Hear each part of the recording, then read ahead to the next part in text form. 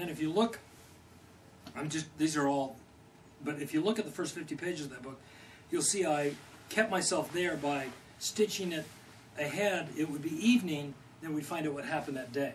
They're going to the hospital, and we find out about the accident. And that's just a way, that was just my way.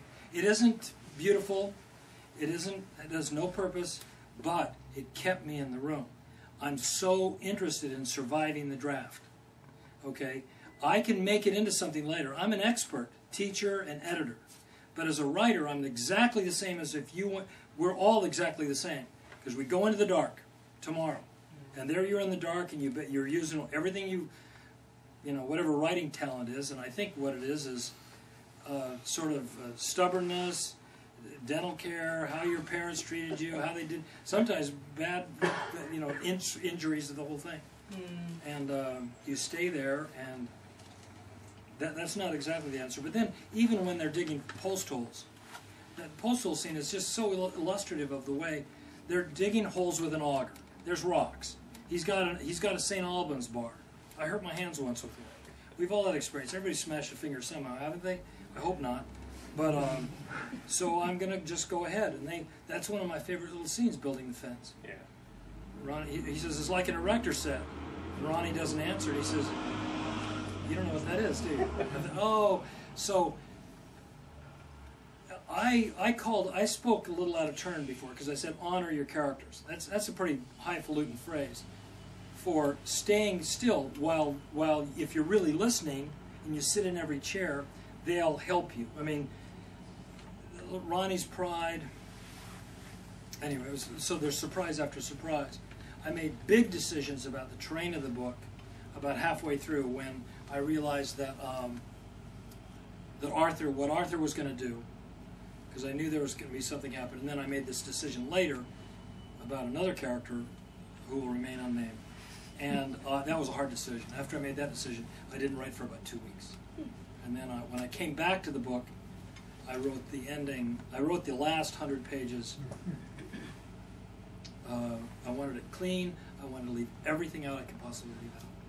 So I didn't. I mean, I included a great deal. There's a great deal about, I'll tell one story about Arthur Key where there was a bunch of exposition about Arthur Key. He's a stoic character. He's not great with the ladies. He's not quick with humor. He's scrupulous. You know, he gets everything. He works. He loves to have things right, and so he doesn't date. When he's in high school, his mother finally says this, that, and she says, "Well, you know, Arthur, you're not exactly a barrel of laughs." And as I was writing that, I'm listening to him, and you know what he says? He says, how many would that be in a barrel? So that's who he is. So once I had that, then that didn't even get in the book. So, but the process of writing the book was step by step. I used the building of that ramp.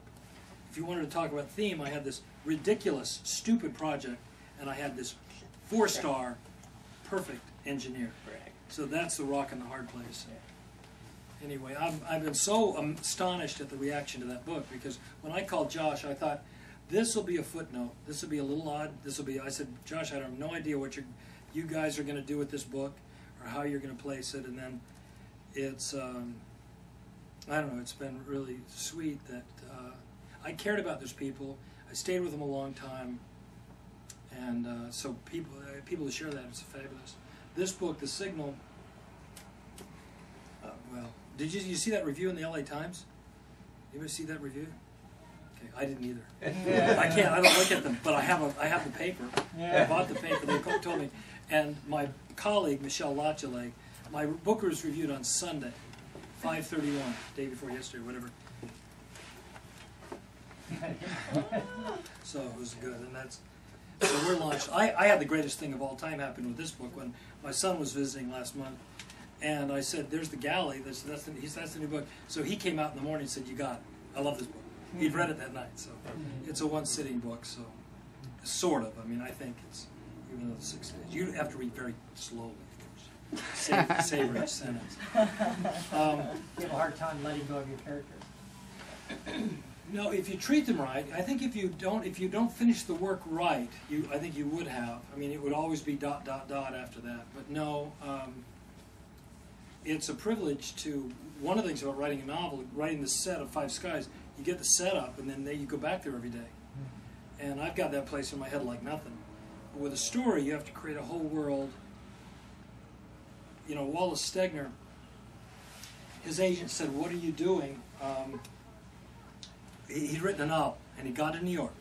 And he said, "You've written a novel. What else have you got?"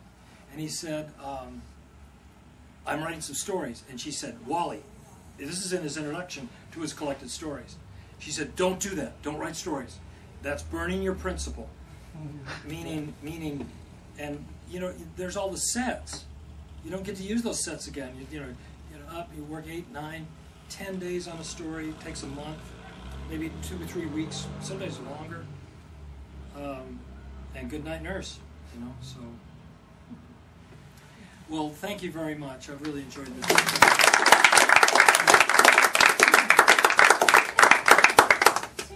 We're going to set up a table for book signing. If anybody wants to have their book signed, we've got plenty to sell. Anybody doesn't have them.